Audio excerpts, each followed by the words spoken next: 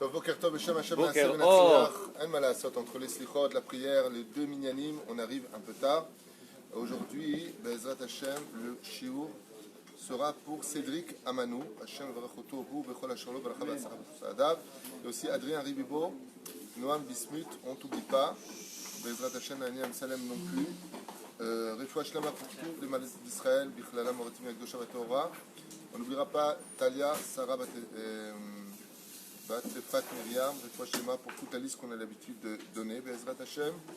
On va s'arrêter là parce qu'il est vraiment très tard. Les Nishmat pour la liste qu'on a l'habitude d'avoir. Je commence parce qu'il nous reste vraiment 5-6 minutes avant que la Vrechim ne débarque. Donc je voudrais quand même continuer le Seder d'aujourd'hui. On a dit que jusqu'à Kippour, on fera la liste de Rabbeinu Nissim. Donc on a vu ensemble, je n'ai pas donné la date. Je n'ai pas dit qu'on était la Iloula du Chafetz Chaim non plus. Alors pour la date, comme quoi je suis un petit peu pressé, on est le 24, donc veille de la création du monde, le 24 du mois de septembre, mardi. Ce soir vous avez un cours sur les traditions de Rosh Hashanah, ne pas manquer. Et le 24 aussi du mois de Elul, on parlera ce soir des Minagim justement, qu'est-ce qu'on fera à partir du 25 du mois de Elul jusqu'à Rosh Hashanah. Très intéressant de voir ça ensemble. Mais on attaque directement avec les Tachanunim, c'est-à-dire Gam les Fia Halacha, selon la Halacha, les conditions que l'homme se doit de se travailler. D'accord? Il y a des choses qu'on sait, il y a des choses qu'on ne sait pas. Mais dans le judaïsme, il y a aussi des mitzvot qui sont vraiment de Vukim la Adam. C'est-à-dire que tous les jours, on a affaire à elles.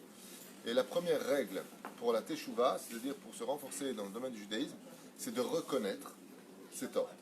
C'est comme dans une discussion, si tu n'es pas capable de reconnaître tes torts et que tu laisses la responsabilité chez l'autre, c'est-à-dire que sur le domaine psychologique, avec un pervers narcissique qui ne reconnaît jamais ses torts, mais qui connaît que les tiens, tu ne peux rien construire avec lui. Parce que tu es face à ce qu'on appelle la mauvaise foi, et face à la mauvaise foi, il ne peut pas y avoir de discussion. Quand une personne reconnaît qu'elle a tort, c'est déjà la base, si vraiment elle a tort bien sûr. Okay, mais quand une personne reconnaît qu'elle a tort, c'est déjà une base, une piste d'atterrissage pour un dialogue. C'est pour ça que la première chose qu'on dit, c'est Hachamnou. Basé Hachamnou, nous reconnaissons que nous sommes coupables. D'un côté, de ne pas avoir connu les lois pour les respecter, de l'autre côté, qu'on les a connues mais qu'on s'est laissé berner par le Yetzer Hara, de l'autre côté, qu'on peut arranger sur le on est faible, on est que des humains. Mais d'abord, reconnais que tu es responsable d'une chose. Pourquoi? On est obligé de commencer les Tachanunim par le mot Hachamnou. Nous sommes responsables et coupables, parce que si on n'est pas capable de commencer par cette phrase-là, ça voudrait dire que Dieu nous a mis dans des situations qu'on n'aurait pas pu assumer. Donc, si Dieu nous a mis dans des situations et qu'on est tombé, le fait de dire Hachamnou, nous sommes coupables, définit par là que le Créateur du monde nous a mis dans une situation qu'on aurait pu éviter. D'où l'expression que j'ai souvent l'habitude de dire, dans le domaine religieux, on se sert un peu de... Je trouve que Dieu a bon dos. Dès qu'il y a une erreur, c'est Dieu. Vous avez remarqué ça? Dès qu'il y a un problème, le mec qui t'arnaque, c'est Mehet Hashem. D'aille avec ça. Vous savez que c'est une grande marloquette entre le Baal Shem Tov et le Rambam. On en avait parlé. Il y a des choses qui viennent de l'homme. La Gemara le dit. Quand un homme sort en plein hiver sans se couvrir la gorge, il va avoir une angine. Et qu'est-ce qu'il dit? C'est Mehet Hashem. La Gemara dit non, c'est ta ch'touillot à toi qui a provoqué ça. Ce n'est pas ce que veut Hashem. Tzom Gedalia, pareil. Ça, c'est Ben Ishraï qui explique. Tzom Gedalia vient après Rosh Hashanah pour nous dire qu'il y a des responsabilités qui viennent de l'homme. Maintenant que Dieu il surfe sur nos responsabilités, comme j'ai souvent expliqué dans les shiurim, pour atteindre les buts que lui il a besoin. Donc au deuxième degré, Bevadaï que tout vient d'Hachem, mais pas forcément au premier degré. D'accord? J'ai donné la vie, j'ai donné la mort, j'ai créé le bien, j'ai créé le mal, ou bachar tabachaim. Donc si Dieu te dit ou bachar tabachaim, tu choisiras le bien, ça veut dire quoi? Que tu peux choisir le mal. Maintenant que Dieu se serve de ta bêtise humaine pour que lui il jongle avec ses plans à lui, ça c'est ce qui fait de lui justement le Seigneur. C'est un Seigneur. Imagine, moi j'ai besoin que tu fasses ça pour arriver à ce que je veux. Tu fais le contraire. Ben Dieu, ce qui fait la différence entre un humain et lui, c'est que même si tu fais le contraire de ce que je te demande, j'arriverai à mes fins quand même. Et quel petit chemin. Ça, c'est ce qui fait de Dieu Hachem. Donc la première des règles dans la vie, pas simplement vis-à-vis de nous et vis-à-vis d'Hachem, pas seulement vis-à-vis de nous et de notre prochain, moi avec ma femme, moi avec mes enfants, moi avec... quand je dis moi, c'est vous, quoi. Pareil. D'abord, pose-toi la question, qui est le responsable?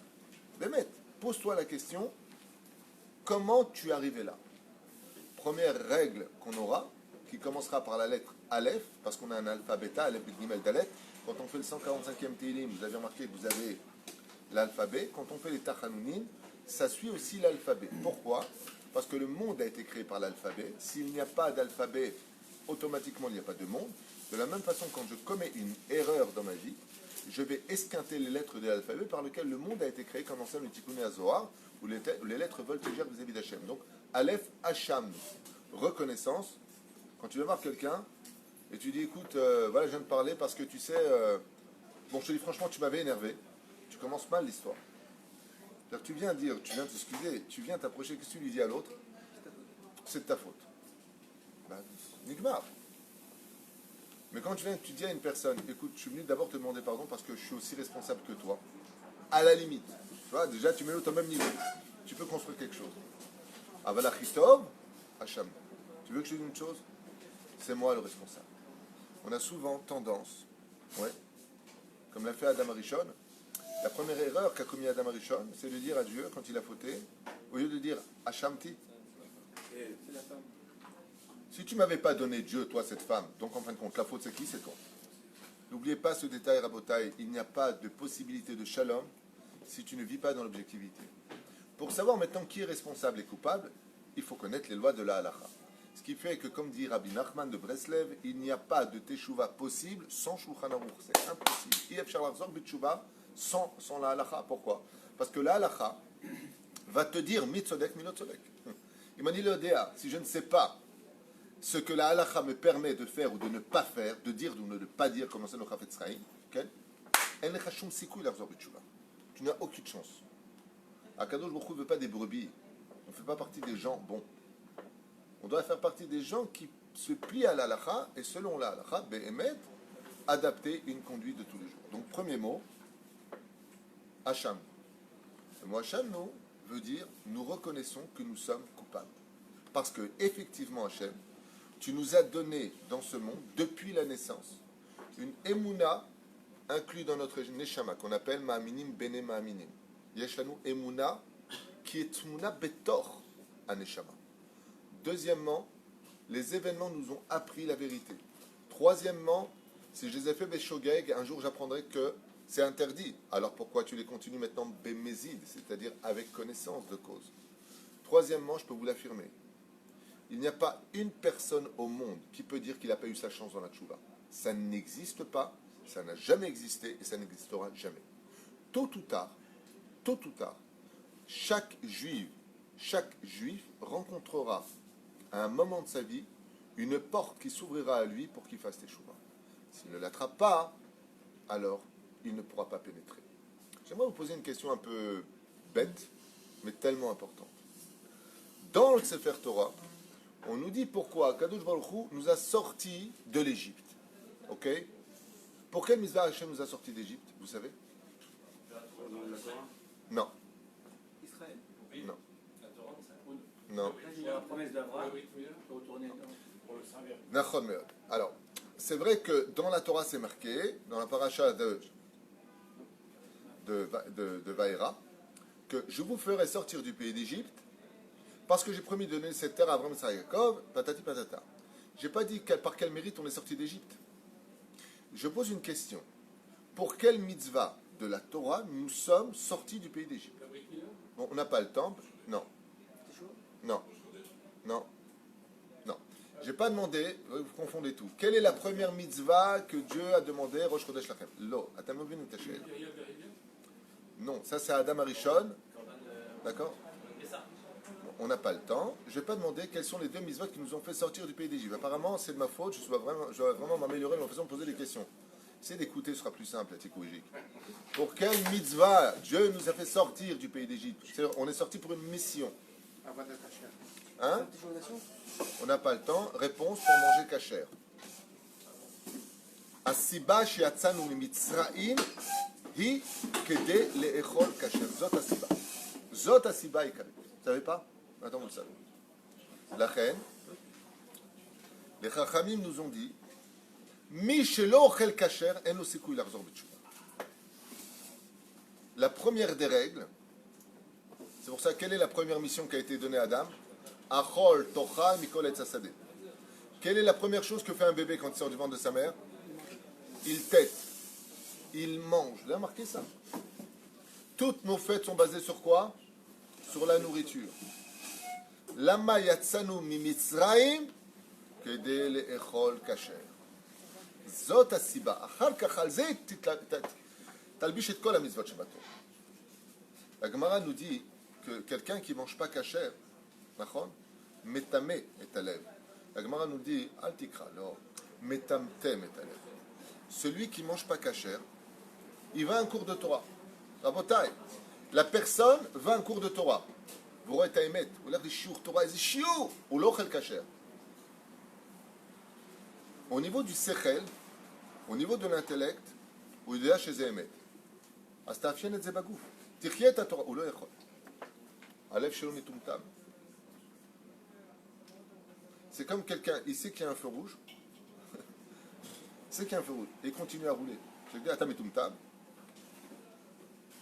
La reine, quelle est la première, une fois que tu as dit, Hachamnu, dans le tikkun de Rabbeinu Nissim, quelle est la première chose que tu vas dire à Hachem, parce qu'elle commence aussi par la lettre Aleph, c'est sûr. Achalnu ma'achalot asurot. Première règle. Maïm zera levatala, maïm yemina, maïm lolo. Kodem kol tochal kasher. Davar rishon. Quel a été le problème du Etz Chaim, du Etz Hadat? Tshuva pshuta. Quand Adam Arishon et Chava, alayhim shalom, zchutam tagen alenu, ils ont mangé. Qu'est-ce qu'il dit, Amen? Quand Adam Arishon et Chava, ils ont mangé du Etz Hadat, on est tombé après où? Dans la faute. Qui ba'et ta'i Etz Hadat lo haya kasher. Vous me dites? Le Etz Hadat lo haya mouchar le'achila adayin. Lachen où il vit et ara. Le musée ishtal shelush bachosher. Les Mekoubalim, ils nous disent que quelqu'un qui ne mange pas kasher, il emmène automatiquement sa neshama dans la profondeur de toutes les clipotes. Veine ochacha.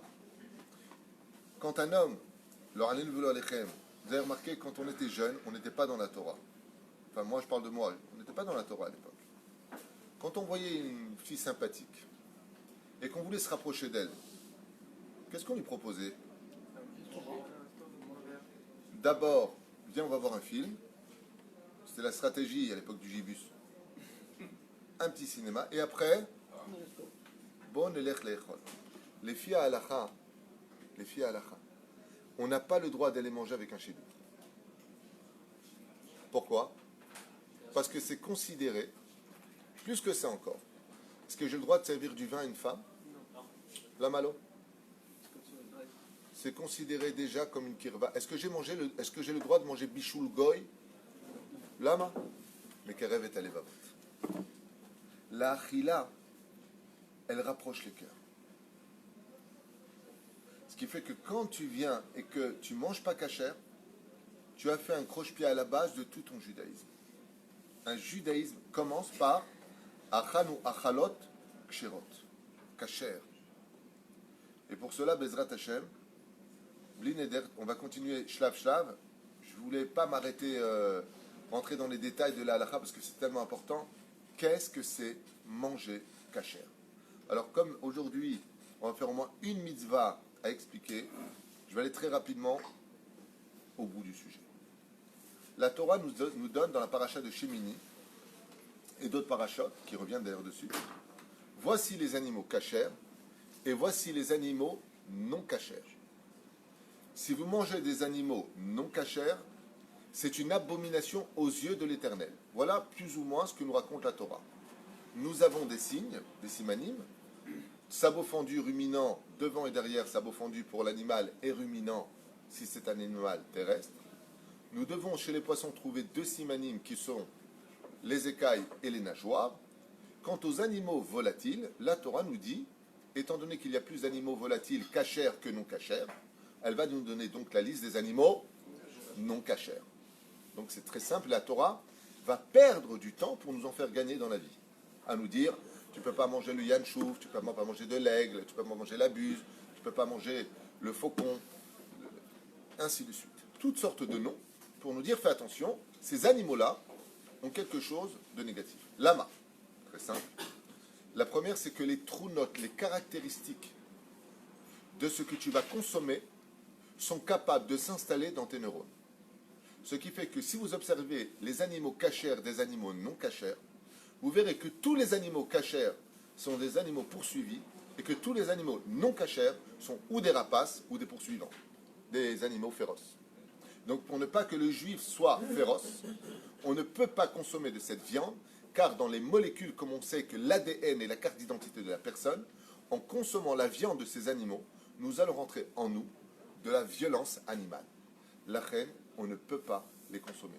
Par contre, le bœuf, l'agneau, le poulet sont des animaux, en général, qu'on trouve vivre avec les hommes, des animaux de ferme. Les animaux sauvages sont un problème. Et combien ceux qui sont sauvages, comme la biche, le cerf, qui sont des animaux cachers, sont des animaux pacifistes. Ce qui fait qu'en consommant leurs caractéristiques, nous allons rentrer en nous de la douceur et non pas de la violence comme les autres animaux, comme de l'ours, comme un requin, qui sont des animaux qui sont tokpim et non pas pacifistes. Deuxième explication, parce que les abrichim m'attendent dehors et à chaque fois ils me disent bon, vous demandez à l'heure, mais c'est vous qui nous retenez, donc je vais m'arrêter là. Nous devons épurer le sang de ces animaux, car le sang, c'est l'âme sensitive de l'animal. En épurant le sang, donc la cachérisation de l'animal, ou quand on coupe le canet et la véchette, on laisse le sang sortir totalement de l'animal pour ne laisser que la matière. La matière à l'état pur, donc on appelle les molécules, vieillissement au contact du feu, sont que de la matière animale sans l'animal, puisque le sang est extirpé de lui. D'accord ? Ce qui fait que si chas v'shalom, je donne à manger à un juif de la viande non cachère, je vais lui donner la viande de l'animal, donc les molécules coagulées qu'on appelle la viande, mais avec l'âme de l'animal, puisque le sang n'a pas été épuré, tel que le demande la halakha avec le sel et ainsi de suite. Ce qui fait qu'en consommant de la viande non cachère, je deviens automatiquement l'animal que j'ai consommé. Ce qui fait que l'animal, dans le cachère, devient l'homme que je suis, puisqu'il n'y a plus que de la matière sans âme, tandis qu'en consommant de la viande non cachère, du poulet non cachère ou autre non cachère, eh bien, l'animal, écoutez bien la différence. En mangeant cachère, la viande devient ce que je suis, c'est moi qui ai la force de l'élever jusqu'à moi, tandis que si ce que je mange n'est pas cachère, c'est moi qui deviens ce que j'ai mangé. Et c'est pour cela que la vie va dépendre d'un élément très bizarre, même si on sait que tout dépend de la Torah, c'est vrai, mais si je ne donne pas à manger pendant des jours, des semaines à une personne, qu'est-ce qui se passe pour lui à la fin? Il meurt. Pourquoi Dieu a fait en sorte que notre vie dépende de la nourriture? Eh bien, tout simplement pour nous faire comprendre que ta vie va dépendre de ce que tu vas manger. Tu manges cachère, tu deviens au niveau de ton corps cachère. Tu manges taref, tu deviens au niveau de ton corps, ton juif, ton judaïsme devient taref. Fais attention à ce que tu rentres dans ta bouche, et comme ça, comme c'est l'Aïloula du Chafetz Chaim, profites-en aussi pour faire attention à ce qui sortira de ta bouche. On s'arrête là, on avancera mitzvot après mitzvot, on a jusqu'à Kippour, tous les matins, un rendez-vous avec la vie du juif de façon journalière, comment Béhémet s'améliorer. Demain on parlera de la suite, Be'ezrat Hashem, Mazé, Achalot, Arsurot, et là, Achanu, Belo, Nitilat, Yadaïm. Il n'y a pas que ce que tu vas consommer qui est important, mais ce qui va accompagner l'ambiance dans laquelle tu vas te trouver quand tu vas manger. En d'autres termes, Netilat ou pas Netilat, qu'est-ce que ça peut provoquer? Rendez-vous demain, Kol Tov.